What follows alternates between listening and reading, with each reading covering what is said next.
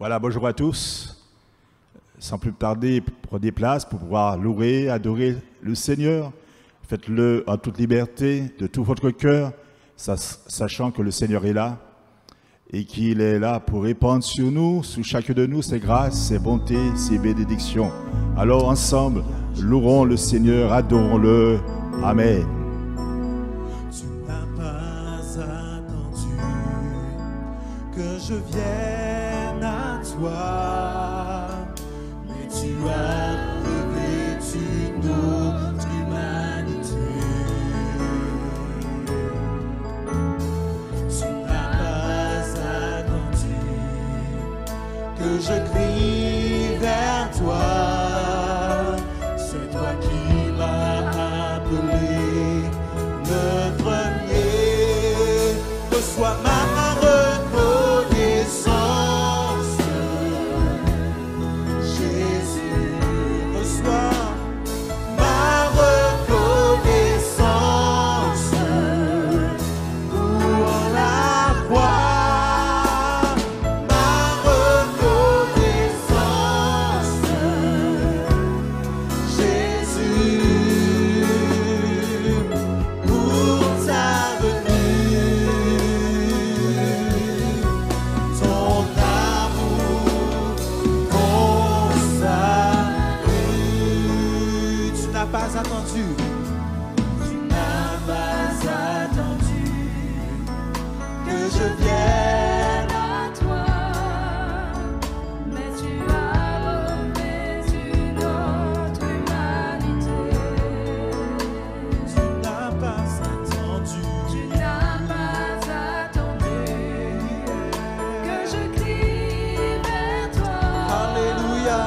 C'est toi qui m'as appelé le premier. Reçois ma reconnaissance, Jésus, ma reconnaissance pour la croix. Alléluia, ma reconnaissance, oui, Jésus, pour ta venue, son amour, ton salut. Oh, reçois ma reconnaissance, Jésus, ma reconnaissance. Alléluia, pour la reçois ma reconnaissance, Jésus, pour ta venue, ton amour, ma reconnaissance, reçois ma reconnaissance, reçois ma reconnaissance pour la croix. Reçois ma reconnaissance, Jésus, pour ta venue, ton amour, ton salut, pour ta venue,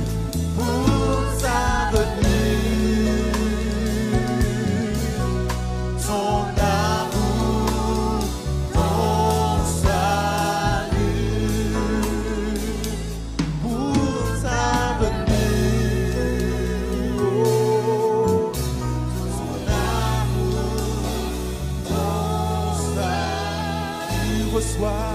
Reçois ma reconnaissance, Jésus, alléluia. Alléluia, Jésus, sois élevé. Toi le seul vrai Dieu tout-puissant. Alléluia. Ma reconnaissance, Jésus, pour ta venue,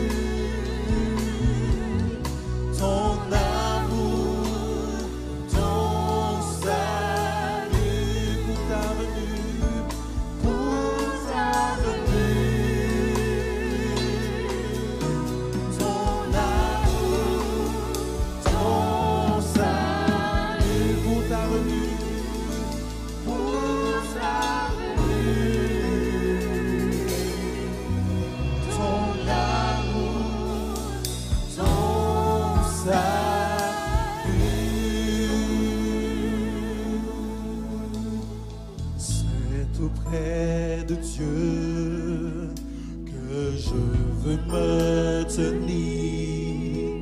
Il est mon Seigneur. C'est auprès de Dieu C'est auprès de Dieu que je peux ressentir je peux ressentir tout l'amour qu'il a pour moi. C'est auprès de Dieu, c'est auprès de Dieu que je voudrais grandir, entendre le son de sa voix. Je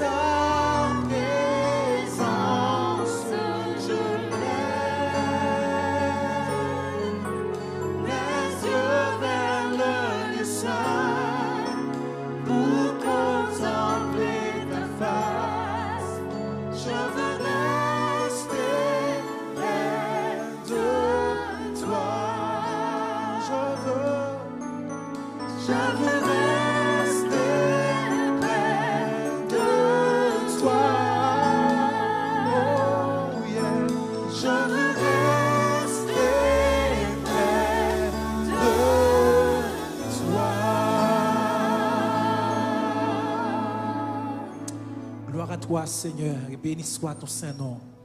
Je veux chanter un chant d'amour pour mon Sauveur, pour toi, Jésus, le divin berger, mon Rédempteur. Alléluia. Toi qui m'as racheté, qui m'as relevé. Alléluia. Je veux chanter un chant d'amour pour mon Sauveur, pour toi, Jésus. Merci pour ce que tu as fait. Tu es si précieux, Jésus mon Sauveur.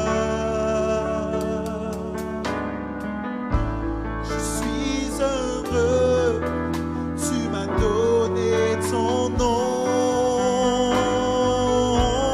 Je ne veux pas être ailleurs que dans tes bras.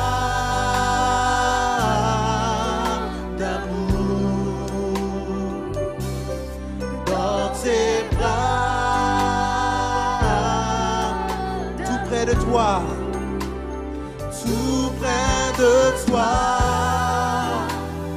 contre ton cœur, dans tes bras d'amour.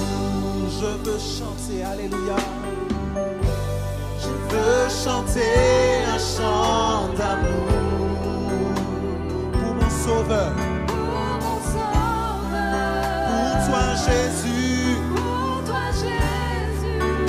Des rois, Seigneur des seigneurs, agneau de Dieu. Merci pour ce que tu as fait. Merci pour la croix, Seigneur.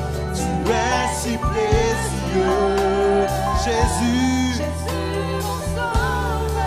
Je veux te chanter ma joie, Jésus. Je suis heureux. Je suis heureux. Tu m'as donné ton nom.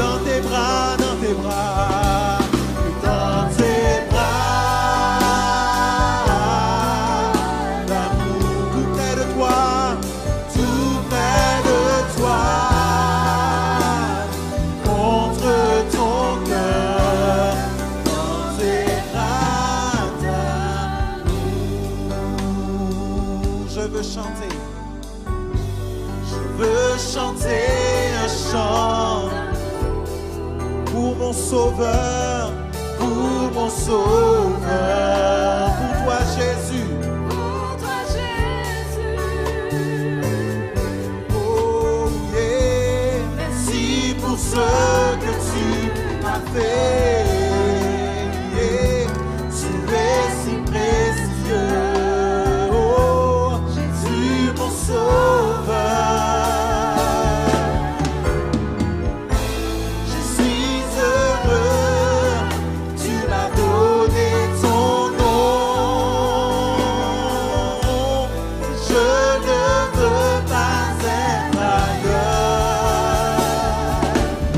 Dans tes bras.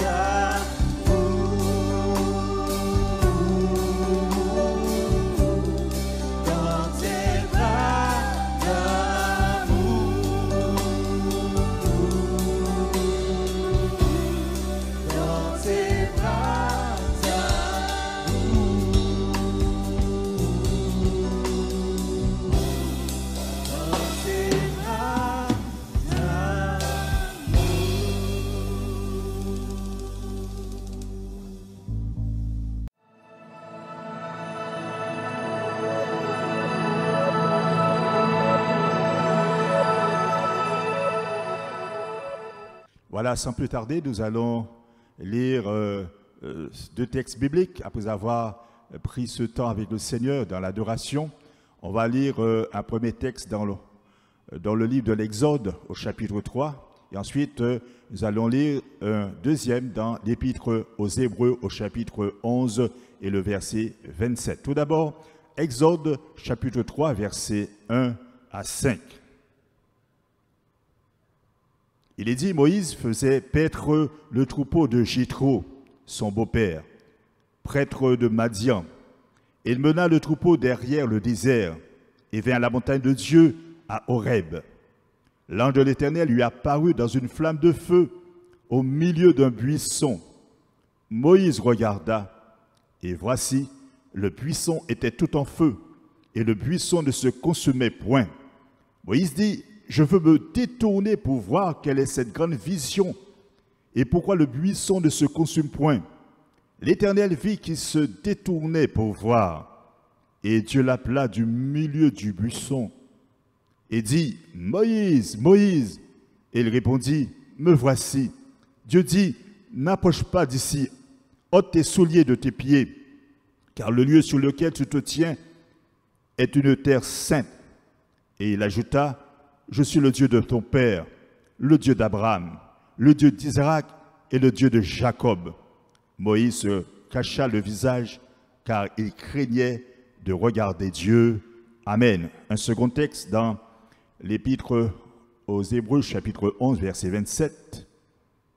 Il est dit, c'est par la foi qu'il quitta l'Égypte sans être effrayé de la colère du roi, car il se montra ferme comme voyant celui qui est invisible. Amen. Il se montra ferme. C'est par la foi qu'il quitta l'Égypte sans être effrayé de la colère du roi. Il faut de la foi pour voir celui qui est invisible et pour l'aimer sans l'avoir vu. Le voir, personne ne peut voir Dieu et vivre. Seulement nous sommes convaincus de sa présence au milieu de nous. Comme ce matin, nous avons adoré le Seigneur, nous l'avons loué, nous l'avons acclamé parce que nous savons qu'il est là, qu'il est présent, qu'il est au milieu de son peuple et qu'il est là pour déverser ses grâces, ses bontés, ses bénédictions. Jésus a dit, quand 2 ou 3 sont assemblés en mon nom, je suis au milieu d'eux. Et Dieu ne peut être représenté par une image, une statue, un objet. Toute tentative de le matérialiser conduit à l'idolâtrie. Dieu est esprit. Il faut que ceux qui l'adorent, l'adorent en esprit et en vérité. Dieu est esprit, un esprit n'a ni chair ni os. Que ceux qui l'adorent le fassent avec vérité, c'est-à-dire sans hypocrisie, en étant vrai avec la parole de Dieu. Et si on ne voit pas Dieu, on a au fond de son cœur que sa présence est là. Quand Dieu se révèle à nous, il nous assure de sa présence. Et c'est cette révélation de ce Dieu tout-puissant, c'est cette vision qu'a eue Moïse et qui lui a permis de tenir ferme. Moïse voit ce Dieu invisible dont il avait choisi l'opprobre. Il le voit comment? Il le voit parce que Dieu s'est manifesté à lui à travers le buisson en feu. Exode chapitre 3, verset 10, le buisson était tout en feu et le buisson ne se consumait point. La flamme de feu était le symbole de la présence de Dieu. Et lui, Moïse, il en était convaincu. La première fois que je suis entré dans une église, c'était la première fois, un dimanche. Et j'étais convaincu que le Seigneur était là. Moi qui ne l'avais jamais entendu parler de lui. Moi qui ne le connaissais pas. Mais au fond de mon cœur, j'ai eu ainsi cette assurance qu'il était présent là, dans cette salle. Et au moment que je le pensais, au moment que je le vivais, le prédicateur qui était là a dit, ben, Jésus est là. Jésus est au milieu de nous. La présence du Seigneur. Et nous pouvons avoir cette conviction quand il est là. Cette assurance quand il est là. La flamme de feu était le symbole de la présence de Dieu. Et quand Moïse s'est détourné pour voir cette grande vision, sa vie a été radicalement transformée. Le but de sa vie tout entière changea totalement. Il était possible de regarder Dieu en Christ sans être radicalement transformé. C'est cette vision qui nous transforme. Et c'est cette vision qui nous a fermés. Et depuis le jour où je suis entré à l'église, que j'ai ressenti la présence du Seigneur, cela ne m'a pas quitté. Je sais en qui j'ai cru. Je sais qu'il est là quand je l'invoque. Je sais qu'il est là quand je le prie. Et ça, cette assurance est là en permanence. Dans les bons comme dans les mauvais moments, je peux m'appuyer sur le Seigneur. Je peux lui faire confiance. Entièrement confiance. Et Dieu a permis que Moïse eût cette révélation pour que il soit fort dans le Seigneur. Qu'il sache chaque jour, dans les maîtres difficultés, que le Seigneur s'est révélé à lui. Qu'il a cette connaissance d'un Dieu tout-puissant de cette manière-là. Il en est de même quand nous lisons le livre des Actes des Apôtres au chapitre 9. Et ce livre nous présente un homme violent, religieux, bagarreur, persécuteur des églises de Jésus-Christ. Et cet homme s'appelle Saul de Tarse. Et sa rencontre avec Christ et la vision de la révélation qu'il a eue du Seigneur a été un fait, un événement qui a transformé sa vie. Et cette vision ne l'a plus quitté.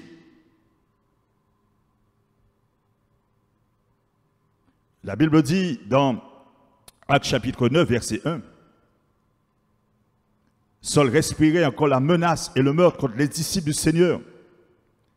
Verset 3. Tandis qu'il approchait de Damas, tout à coup une lumière venant du ciel resplendit autour de lui. Et dans l'Écriture, la lumière se trouve souvent associée à la révélation de Dieu. C'est de cette manière qu'il a vu le Seigneur, qu'il a ensuite entendu sa voix. Et le Seigneur de lui dit, Saul, Saul, pourquoi me persécutes-tu? Pourquoi? Et il était convaincu que le Seigneur lui a parlé. Oh, ce n'était pas quelqu'un d'autre. Ce n'était pas une voix comme ça qu'il a entendue. Mais cette voix du Seigneur s'est fait entendre. Et il a cru. Il a cru. Alors on peut voir Dieu d'une certaine manière quand il guérit, quand il te parle, quand il touche à salut, quand il sauve, quand il pardonne, quand il accorde un bienfait, quand il agit d'une certaine manière. Comme Saul de Tarse, on peut dire ça c'est Dieu. Lui c'est Dieu. C'est lui qui m'a guéri. C'est lui qui m'a consolé. C'est lui qui m'a pardonné. C'est lui qui m'a fait passer des ténèbres à son admirable lumière. C'est lui le Seigneur.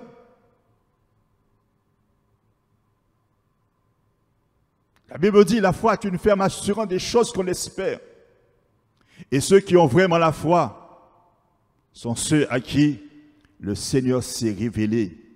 Ils sont nés de nouveau. Et ils peuvent se montrer fermes, comme voyant le Dieu invisible. À tout moment. Car Dieu peut se révéler, oui, par une guérison. Il peut se révéler au travers d'un miracle. Il peut se révéler de diverses manières. Et cette révélation, cette vision de Dieu engendre la foi. Et la foi nous emmène à tenir ferme comme voyant le Dieu invisible au travers de nos épreuves, au travers de nos tribulations, au travers des circonstances défavorables. Et on comprend pourquoi ce Saul de Tarse, après qu'il eut cette vision, il est devenu l'apôtre Paul, puisque son cœur était prêt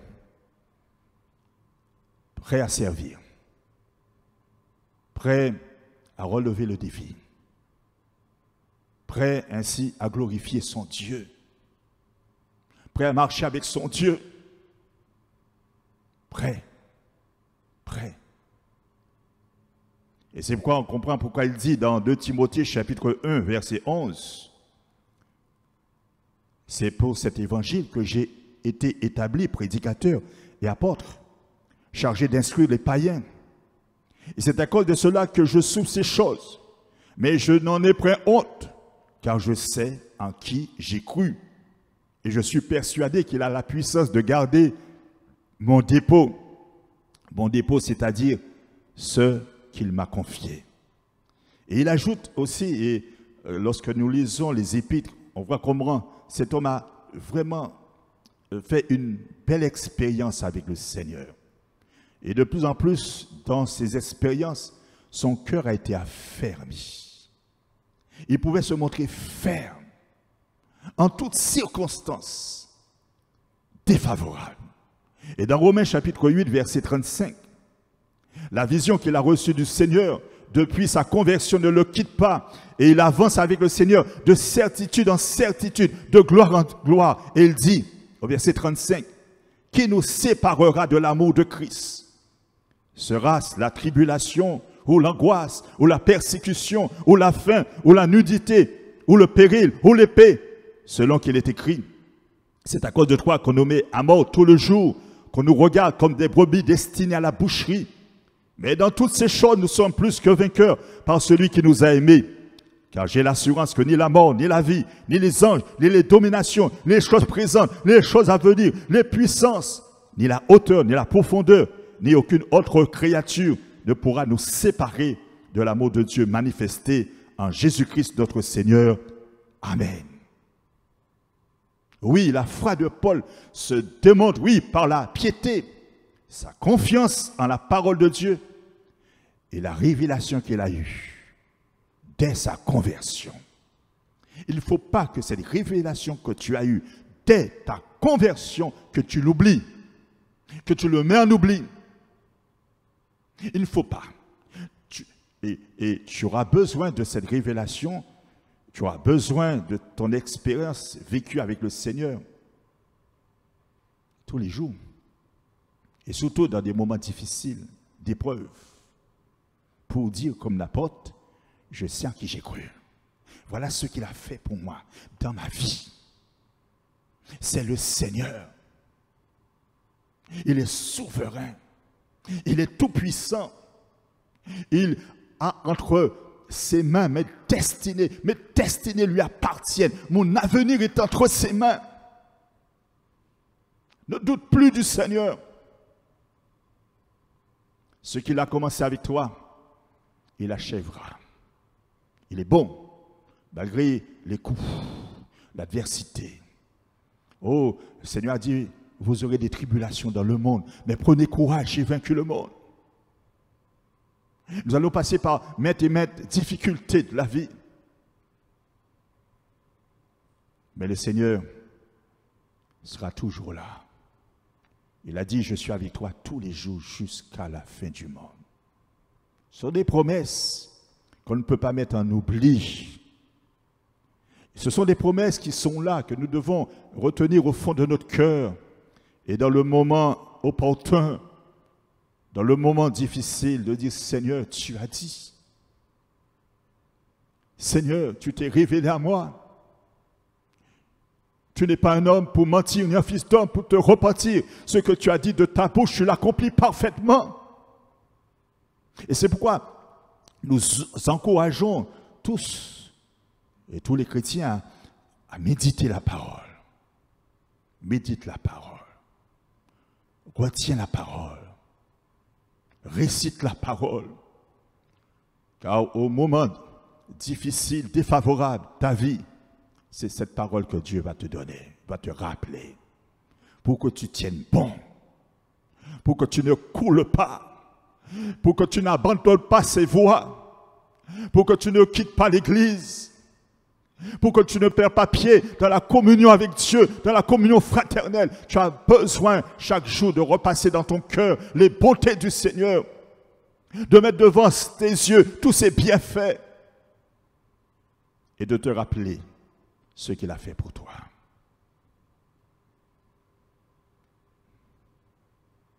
C'est ce qui a permis à Paul de tenir ferme comme voyant le Dieu invisible.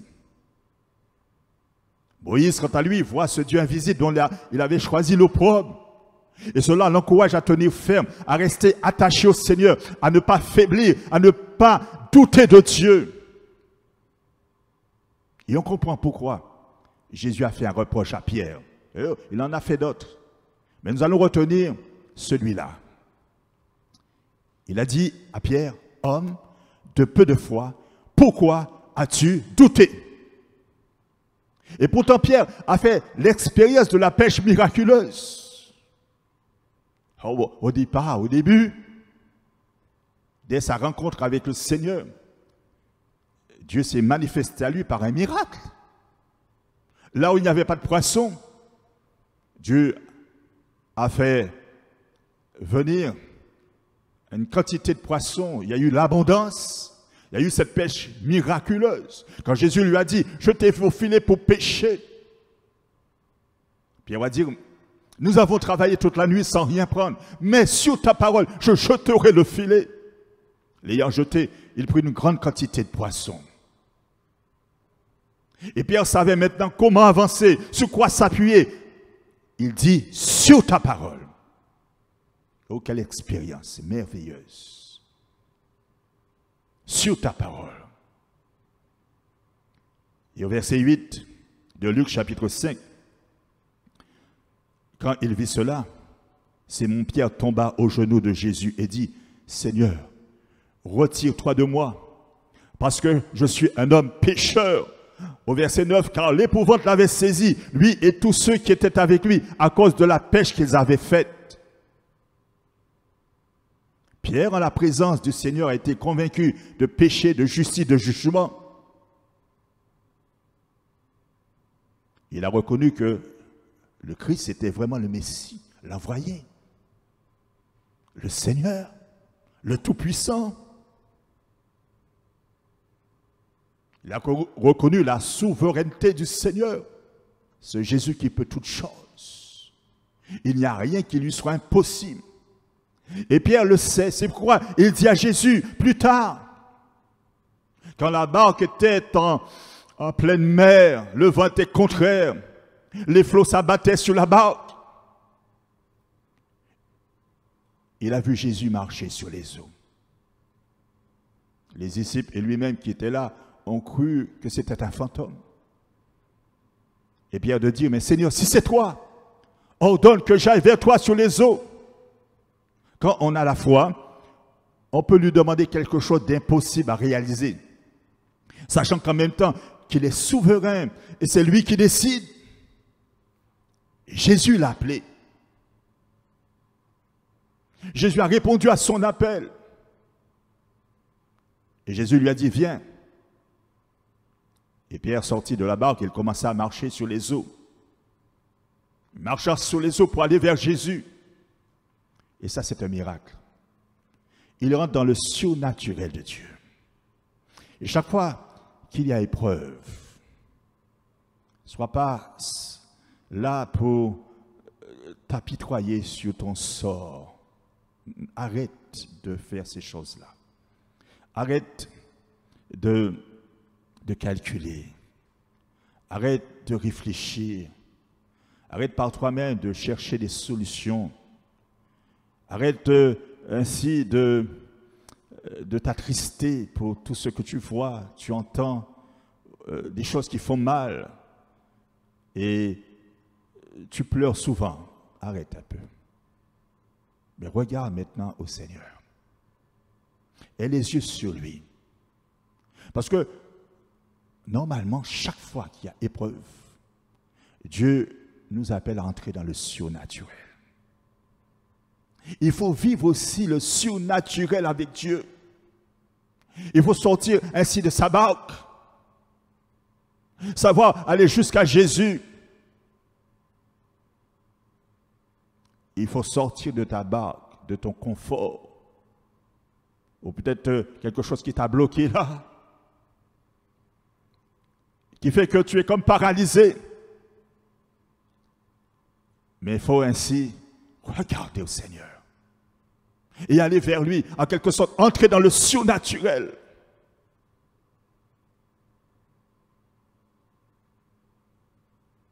Et quand Pierre sort de la barque, il entretenait la souveraineté du Seigneur. Il pouvait marcher sur les eaux.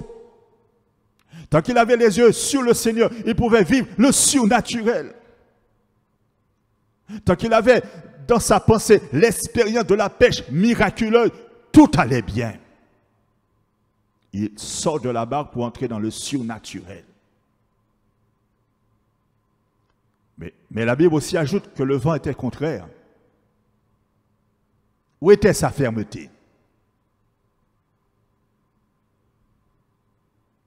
Toute la parole de Dieu est là pour t'affermir. Les expériences avec le Seigneur, les miracles accomplis par le Seigneur depuis ta conversion sont là pour t'affermir, pour te rendre encore plus fort dans l'épreuve, dans les problèmes, dans les circonstances défavorables, quand ça ne va pas, dans la maladie. Paul va dire, quand je suis faible, c'est alors que je suis fort. Et le Seigneur d'ajouter, ma grâce te suffit, car ma puissance s'accomplit dans la faiblesse. Il est là, le Seigneur. Affermir, c'est rendre ferme, inébranlable, ce qui est faible, fragile. Et le psalmiste dit au psaume 112, verset 6, à la moitié du verset 6, le psalmiste dit, la mémoire du juste dure toujours. Il ne craint point les mauvaises nouvelles. Son cœur est ferme, confiant en l'Éternel. Son cœur est affermi, il n'a point de crainte. C'est pourquoi le Seigneur s'engage avec nous. Mais il attend de nous la foi. Où est ta foi? C'est ce reproche de Jésus à Pierre. Où est ta foi? Où est ta foi? Homme de peu de foi, pourquoi as-tu douté? Il est dit de Moïse, il se montra ferme comme voyant le Dieu invisible. Dans 2 Chroniques, chapitre 20, verset 20, il est dit, confiez-vous en l'Éternel, votre Dieu, et vous serez affermis. Ce que tu as besoin, c'est une foi ferme, fondée non sur les sentiments trompeurs de ta manière de concevoir les choses, mais sur les affirmations de la parole de Dieu. La parole de Dieu nous révèle Jésus. Alors on ne cherche plus ni des choses agréables à entendre, ni des nouveautés, mais cherche plutôt par la lecture quotidienne de la Bible à ressembler à Jésus-Christ. Être dans la paix, être dans la foi. Reste ferme quant à ton attachement à la parole de Dieu. Oh certes, comme nous sommes humains, il arrive d'être troublé, d'être ébranlé. Et c'est quoi le livre des Actes des Apôtres au chapitre 15, verset 24 montre que plusieurs membres de l'église d'Antioche ont été ébranlés et troublés. Qu'est-ce qui s'était passé? Des individus avaient secoué, perturbé l'église d'Antioche. Et qu'est-ce qui peut ébranler? Des fauteurs de troubles, les fausses doctrines. Et j'ajoute l'opposition venant de l'adversaire, le vent contraire, les mauvaises nouvelles, l'épreuve, les difficultés. Et chacun peut, un jour ou l'autre, se trouver confronté à de telles difficultés. Et la Bible dit, la Bible déclare que Dieu nous a donné un esprit de force, d'amour et de sagesse. Un esprit de force. Et c'est ce qu'il faut cultiver avec le Seigneur. Se montrer ferme, comme voyant le Dieu invisible. Ce qui nous rendra forts dans le Seigneur. Et le contraire de fort, c'est être rendu faible. Dieu nous donne un esprit de force. Et remarquez que le livre des Proverbes, chapitre 24, verset 10, déclare, chapitre 24, verset 10, si tu faiblis au jour de la détresse, ta force n'est que détresse. Et ce verset nous met en garde contre tout relâchement dans la fermeté. Quand Moïse dit au chapitre 3, verset 3, « Je veux me détourner pour voir quelle est cette grande vision et pourquoi le buisson ne se consume point. » La Bible dit, l'Éternel vit qui se détournait pour voir, et Dieu l'appela du milieu du buisson et dit, « Moïse, Moïse !» Et il répondit, « Me voici. » Dieu dit, « N'approche pas d'ici, ôte tes souliers de tes pieds, car le lieu sur lequel tu te tiens est une terre sainte. » Alors Dieu révèle sa sainteté à Moïse. Il est le saint, il est le véritable. Et cette vision de la sainteté ne va plus le quitter. Il se tient donc ferme comme voyant le Dieu invisible dans sa sainteté. Et c'est comme ça, la crainte de Dieu a gagné son cœur. Le saint respect de la personne du Seigneur. Sa sainteté lui est apparue. Et la vision de la sainteté de Dieu permet de veiller sur l'état de ton cœur. Garde ton cœur plus que toute chose, car de lui viennent les sources de la vie. Pourquoi? La Bible dit, Jésus a été tenté comme nous-mêmes sans commettre de péché. Et le Seigneur a cité la parole. Dans sa fermeté, il a cité la parole. Il a été tenté comme nous, en toutes choses, sans commettre de péché. Il a triomphé. L'iniquité s'accroît, conséquence. La Bible dit, l'amour d'un plus grand nombre se refroidira. Ce n'est pas le moment de s'endormir. Ce n'est pas le moment de se relâcher, ni de faire de faux pas.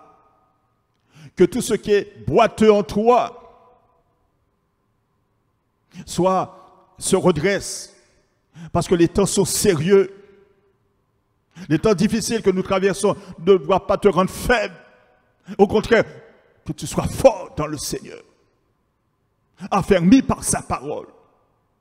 De plus en plus fort. Et l'épreuve nous rend forts. Quand nous sortons de l'épreuve, nous sommes encore plus forts. Non pas faibles, mais forts. Alors soyons plus fermes, comme voyant celui qui est invisible. Comme voyant le Dieu invisible. Pour séparer ce qui est précieux de ce qui est vil. Pour ne pas déchoir de sa fermeté.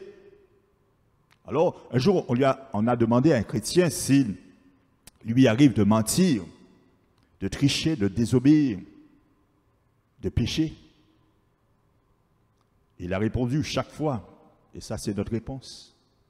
C'est la réponse du croyant, c'est la réponse du chrétien. Chaque fois que je suis tenté d'offenser Dieu, la vision de sa sainteté ne me quitte pas. Sa crainte est dans mon cœur. Comment pourrais-je désobéir? Comment pourrais-je offenser Dieu? Comment pourrais-je l'attrister?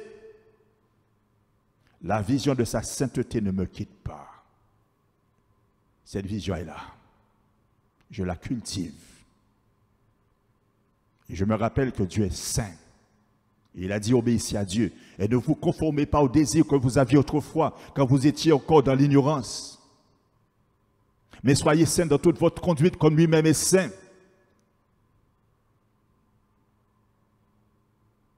Alléluia.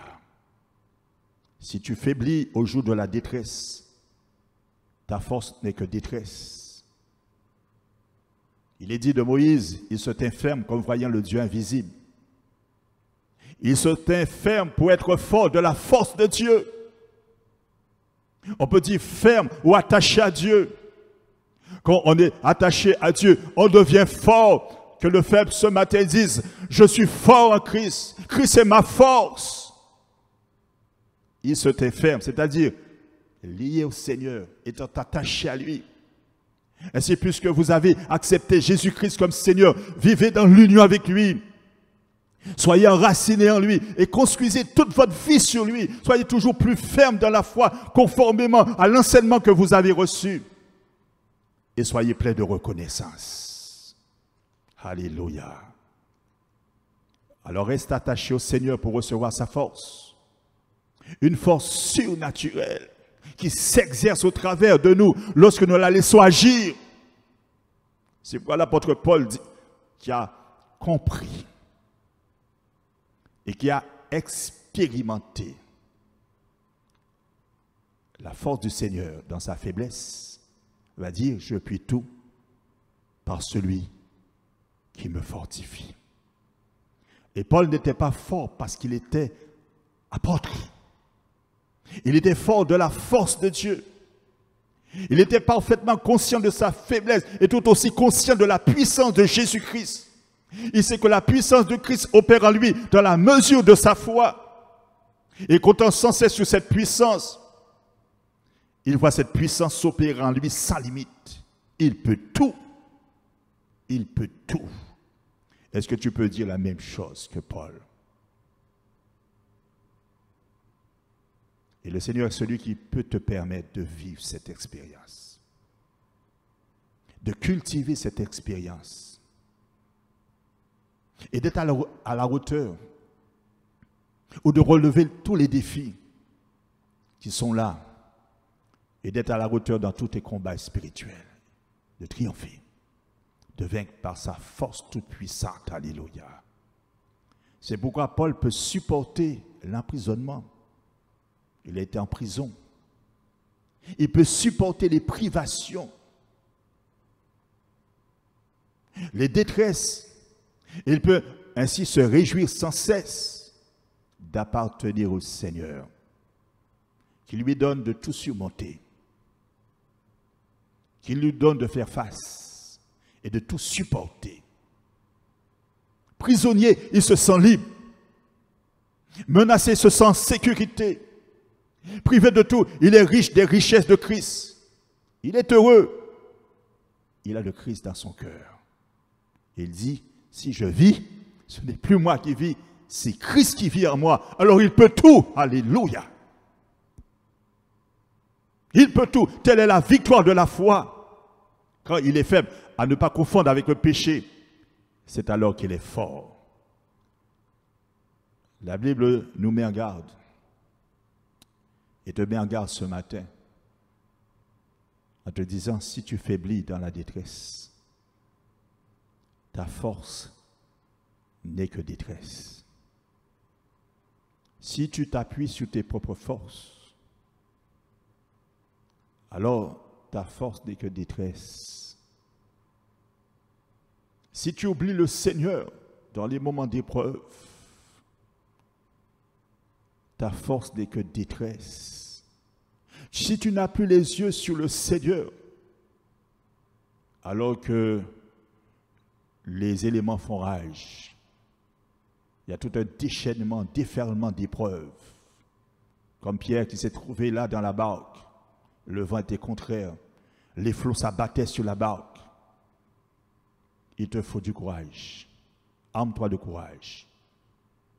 Mais aussi de puiser dans le Seigneur sa force toute puissante.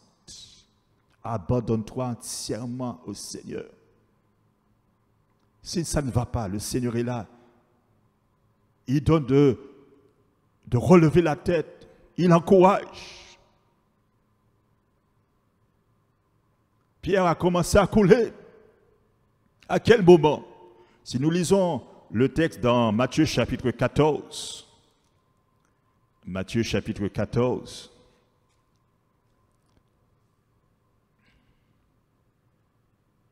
Il est dit au verset 29, Pierre sortit de la barque et marcha sur les eaux pour aller vers Jésus. Mais, voyant que le vent était fort, il eut peur. Et, comme il commençait à enfoncer, il s'écria, « Seigneur, sauve-moi. » Aussitôt Jésus étendit la main, le saisit et lui dit, « Homme de peu de foi, pourquoi as-tu douté ?» Il commença à s'enfoncer. Et c'est ça. Tu t'enfonces. Et de plus en plus, tu t'enfonces. C'est le moment de crier à Jésus. Il est un secours qui ne manque jamais dans la détresse. C'est le moment de faire appel à Jésus. Et ce matin, appelle-le de tout ton cœur. Appelle-le et crie à ce Dieu qui peut toutes choses. La Bible parle d'un mendiant qui s'appelle Bartimée. Lui, il a crié de toutes ses forces à Jésus, malgré qu'on voulait le faire taire. Il a crié, fils de David, aie pitié de moi. Il a encore crié encore plus fort. Et Jésus a entendu le cri de ce malheureux. Il entend et il répond. Il l'a appelé, il lui a dit, que veux-tu que je te fasse? Et son besoin était, et il a exprimé son besoin, que je recouvre la vue. Quel est ton besoin ce matin? Que veux-tu que le Seigneur fasse pour toi ce matin? Je suis en train de couler. Tu n'arrives plus. Tu as essayé, mais tu t'enfonces encore de plus en plus. Et tu ne comprends plus rien. Mais le Seigneur ce matin te tend une main secourable. Il veut te prendre par ta main pour te relever, car il relève l'esprit abattu. Il relève celui qui est affligé. Il relève celui qui est dans la peine. Il relève celui qui est dans le doute. Le doute a fait qu'il s'est enfoncé. Lorsqu'il a regardé aux éléments déchaînés, lorsqu'il a vu que le vent était fort, les circonstances extérieures ont eu raison de lui. Ses yeux n'étaient plus sur le Seigneur Jésus. Et le doute a gagné son cœur. Et il a commencé à s'enfoncer. Le doute éloigne de Jésus. Le doute enfonce. Et sa foi ainsi a lâché. Quand la foi lâche, on s'enfonce de plus en plus dans des pensées noires. On s'enfonce encore de plus en plus dans l'inquiétude. On s'enfonce encore de plus en plus dans la tristesse. On est comme inconsolable. Mais le chrétien ne vit pas en permanence dans la tristesse. Dieu est un Dieu de paix. Il a dit, je vous donne ma paix, je vous laisse ma paix. Je ne la donne pas comme le monde donne. Croyez en moi et croyez en Dieu, a dit le Seigneur Jésus. Et c'est pourquoi ce matin, il vient à ton secours. Quand Pierre a crié, le Seigneur l'a secouru. Alléluia. Il est dit, aussitôt Jésus étendit la main, le saisit, et lui dit, homme de peu de foi, pourquoi as-tu douté? Accepte le reproche du Seigneur. Mais surtout, tends vers lui ta main. Crie à lui ce matin, afin que tu sors de là. Que tu sortes de ta tristesse. Que tu sortes de ton échec. Crie à lui ce matin, car il est le Dieu qui veut te sortir de ton échec, de ta tristesse, de ton épreuve, de tes déceptions. Il est là, le Seigneur. Il attend que tu le lui permettes. Il attend que tu lui donnes cette occasion pour intervenir, pour te secourir. Donne-lui de le faire ce matin. S'il te faut, humilie-toi devant lui, car le péché éloigne. Mais humilie-toi, afin qu'il te relève, afin qu'il te secoue. Et c'est ce qu'il a fait pour Pierre. Au moment où il s'enfonçait encore plus, il a crié à Jésus. Seigneur, sauve-moi. Aussitôt Jésus étendit la main, le saisit. C'est ce qu'il veut faire ce matin avec toi. Et qu'est-ce qu'il a fait? Eh bien, il a secouru Pierre. Lui qui était en train de couler. Il a mis en quelque sorte là, à flot, comme un bateau. Et bien, ainsi, a été relevé. Et remarquez une chose ici. Au verset 32, la Bible dit, et ils montèrent dans la barque. Et le vent cessa. Comment ont-ils pu monter dans la barque? C'est que Pierre lorsqu'il a été secouru par le Seigneur Jésus, Jésus l'a pris par la main. Jésus l'a relevé. Il s'enfonçait de plus en plus et Jésus l'a sorti là. Il l'a mis sur l'eau à nouveau. Il a commencé à marcher sur l'eau pour monter dans la barque. En quelque sorte, le Seigneur l'a saisi par la main pour le faire entrer encore dans le surnaturel. Oh, combien le Seigneur est grand, combien il est beau. Il n'enfonce pas le Seigneur, il ne condamne pas. Il n'est pas venu pour te juger, ni te condamner, mais il est venu pour te secourir. Il est venu pour que tu entres dans le surnaturel avec lui. Il est venu pour que tu reprennes ta place, ton rang, ta consécration, ta communion avec lui.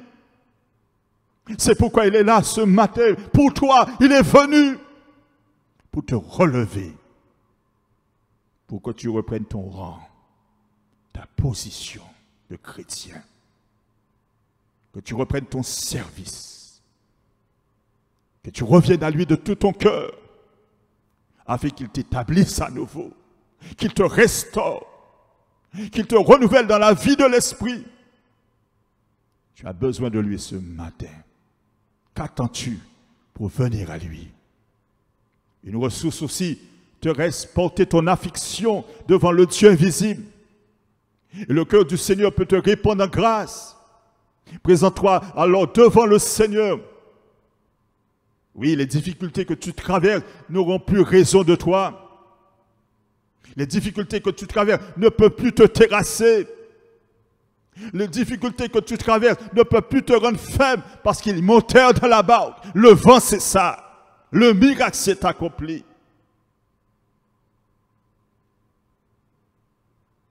Alléluia. Et le Seigneur de dire dans toutes ces choses, nous sommes plus que vainqueurs par celui qui nous a aimés. Être plus que vainqueurs. Alors il y a une chose avant même de subir l'épreuve.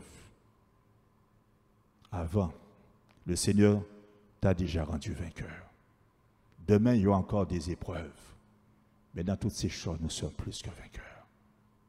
Le Seigneur t'a déjà rendu vainqueur. Demain, tu seras encore vainqueur. Demain encore, montre-toi ferme en toutes choses, comme voyant le Dieu invisible. Et tu seras vainqueur. Montre-toi ferme en toutes choses, dans les tentations. Comme voyant le Dieu invisible, le Dieu de la sainteté. Sois fidèle en toutes choses. Mets ta confiance dans le Seigneur. Regarde à lui. Marche avec lui, les yeux sur lui. Et tu seras vainqueur. Amen. Amen. Nous allons prier le Seigneur. Alléluia. Oh, gloire à Dieu. Merci Seigneur. Car tu n'abandonnes pas, Seigneur, celui qui est là dans son affliction, dans ses déceptions, dans son désarroi. Combien tu aimes celui qui s'adresse à toi, qui crie à toi ce matin. Vois tous ceux qui sont là comme Pierre en train de couler, qui sont là, qui ont oublié, Seigneur, combien ce Dieu que nous servons est un Dieu grand, tout-puissant. Comme Moïse, il se montra ferme comme étant, voyant celui qui est invisible. Et ils ont oublié, Seigneur, que tu es le tout-puissant, le Dieu infiniment bon. Ils ont oublié, Seigneur Dieu, les miracles que tu as opérés en eux. Ils ont oublié leur première expérience avec toi. Ils ont oublié, Seigneur Dieu, oh Seigneur, la révélation que tu leur as donnée, les promesses que tu leur as données. Et ils sont en train de couler. Et c'est pourquoi nous venons et nous prions ce matin, te demandant de les secourir, de les secourir, te demandant de les visiter, te demandant, Seigneur Dieu, de les prendre par ta main puissante et de les relever dans le nom puissant de Jésus. Que celui-là qui se dit, je suis faible, soit rendu fort maintenant. Que celui-là, Seigneur, qui s'est enfoncé encore plus, tu le relèves, puis qu'il rentre pleinement dans ta communion, Seigneur. Qu'il reprenne son rang, qu'il reprenne sa position de chrétien, et qui ne lâche plus ta main. Tu le fais entrer maintenant dans le surnaturel. Tu as affermi son cœur. Tu as dit que l'œuvre que tu as commencé en nous, tu la rendras parfaite. Tu nous affermiras, tu nous perfectionneras, tu nous rendras inébranlables, relais inébranlables. Qu'il soit dans la foi désormais et te fasse confiance, quelles que soient les épreuves, quelles que soient les circonstances, qu'il marche la tête haute, les yeux sur toi. Seigneur, bénis ce matin et secoue tes enfants qui ont tant besoin de toi. Bénis-les. Répands tes grâces. Répands tes bénédictions sur chacun d'eux. Répands tes bontés, Seigneur. Ce que tu as fait pour Pierre, fais aussi de même pour eux. Seigneur, tu as le pouvoir d'arrêter toute tempête et de faire revenir le calme. Merci, Seigneur, d'opérer ce miracle ce matin, dans le nom puissant de Jésus, et de bénir tes enfants, tous ceux qui s'attendent à toi, et qui crient à toi, qu'ils reçoivent, Seigneur, toutes ces bénédictions que tu en réserves pour eux, que tu les bénisses. Merci, Seigneur, de changer pour eux maintenant le mal en bien, l'échec en réussite, la maladie en guérison, de changer leur tristesse en joie et de combler leur cœur. Qu'aucun maintenant ne se relâche. Qu'aucun, Seigneur, oh Dieu, ne vienne à déchoir de leur fermeté, mais qu'ils marchent avec toi, voyant celui qui est invisible et qui se montre ferme, comme voyant celui qui est invisible. Merci de les bénir et de les bénir. Dans le nom de Jésus. Amen. Amen. Merci pour ta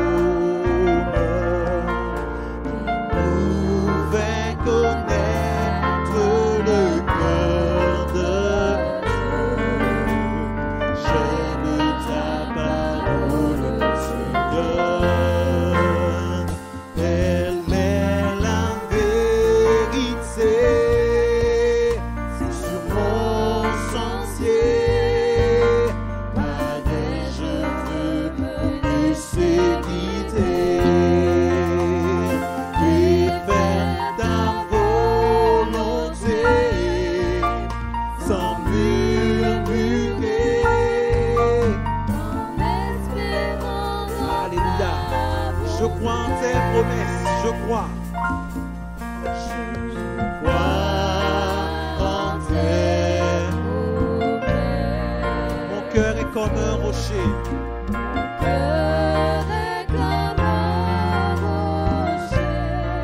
Fondé sur tout ce que dit mon Dieu.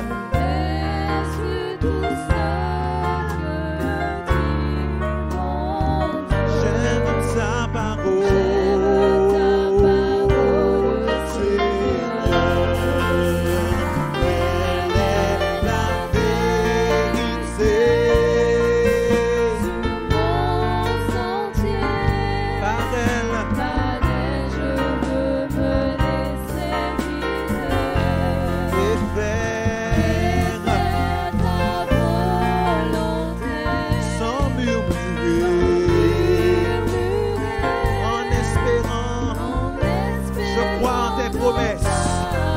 Je crois en tes promesses. Je crois en tes promesses. Mon cœur est comme un rocher, fondé sur tout ce que dit mon Dieu.